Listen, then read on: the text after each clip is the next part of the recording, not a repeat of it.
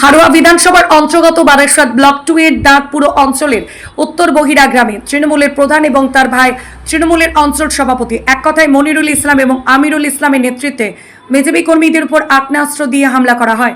স্থানীয় সূত্রের খবর, ঘটনাটি ঘটে 12টা থেকে 1টা নাগাদ। খবর পেয়ে ঘটনাস্থলে শাসন থানার আইসি আসিফ খানের নেতৃত্বে বিশাল পুলিশ বাহিনী গিয়ে নিয়ন্ত্রণে আনে। ঘটনাকে কেন্দ্র করে আবার উত্তপ্ত শাসন। স্থানীয় সূত্রের খবর, এই তৃণমূলের প্রধান মনিরুল এবং তার ভাই ওই অঞ্চলের তৃণমূলের অঞ্চল সভাপতি, তাদের দাপটে এখনো কমেনি। সেই কারণেই গতকাল তিরঙ্গা যাত্রায় এই গ্রাম থেকে বিজেপি কর্মীরা অংশগ্রহণ করাতে মূলত তাদের উপর এই আক্রোশ। তার জেরে তৃণমূল প্রধান এবং তৃণমূল অঞ্চল সভাপতি আমিরুল ইসলাম এবং মনিরুল ইসলাম দুজনের নেতৃত্বে তাদের গুন্ডা বাহিনী হামলা চালায় বলে অভিযোগ। 3 নম্বর মন্ডলের প্রেসিডেন্ট ভাস্কর মন্ডলের নেতৃত্বে আমিনপুর থেকে খড়িবাড়ি বাজার পর্যন্ত তেরেঙ্গা যাত্রার পথসভা ছিল। পথসভায় তাতে দেখা যায় উত্তর বহিরা দাঁতপুর থেকে যেভাবে ভারতীয় জনতা পার্টির কর্মী সমর্থকরা বেরিয়েছে চোখে পড়ার মতো। আমাদের পথসভার কাজ কমপ্লিট করার যে যার মতন বাড়ি ফেরার পরে তৃণমূলের গুন্ডা বাহিনীরা একের পর এক শাসানি রাতের অন্ধকারে একের পর এক 2-3 জনকে ধরে ব্যাপক মারধর দিয়েছে। তাতে আমাদের দাঁতপুর দিয়ে ওরা উত্তর বহিরে ঢোকার সময় আমাদের দাঁতপুরেও 3 জনকে ওদের আটক করে পুলিশের হাতে তুলে দিয়েছে।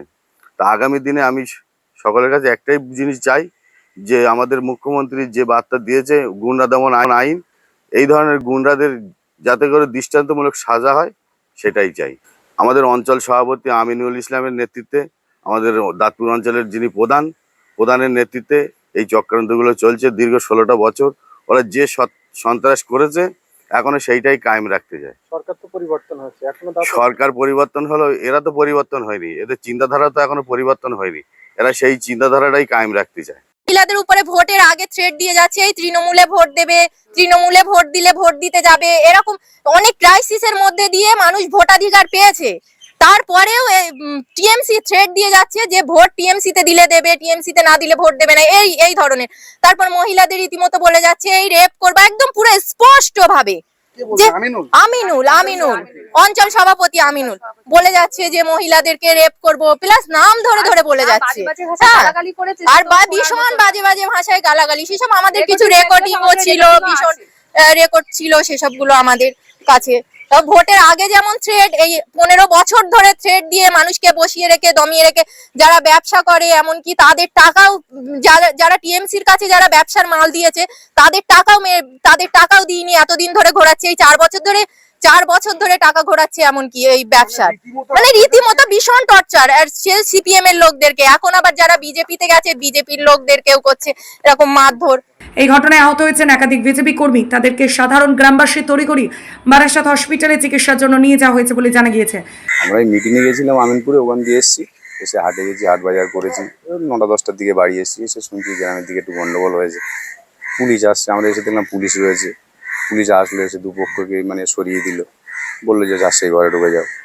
আমরা যেহেতু সবাইকে সরিয়ে দিয়েছি, দিয়ে আমরা 2 ভাই বসে সিগারেট খাচ্ছি, সিগারেট খেয়ে আমরা বাড়ি চলে যাবো, চল সব চলে গেছে, আমরা বাড়িতে যাবো।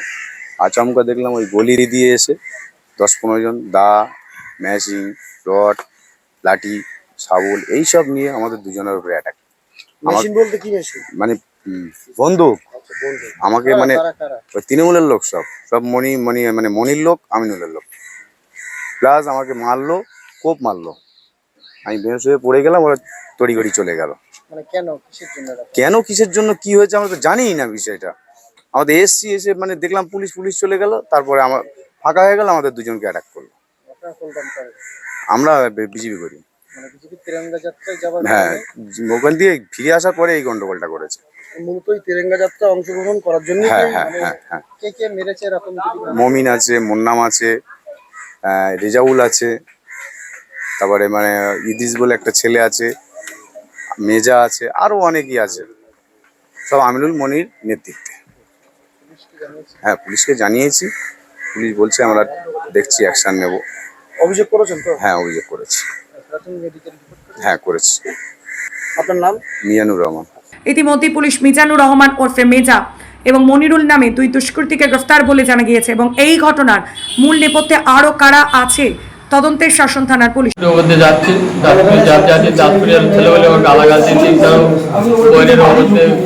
ঝামেলা করতে গেছে। আমিরুল মনির নেতৃত্বে বইরে গিয়েছিলাম হামলা করতে। আমিরুলের নেতৃত্বে বইয়ের হামলা করতে গিয়েছিলাম, বলে গেছে আর কোনো সময় যাও। শাসন থেকে ক্যামেরায় সাদ্দামের সঙ্গে মোকাম্মেল হক, আরোহী নিউজ বাংলা।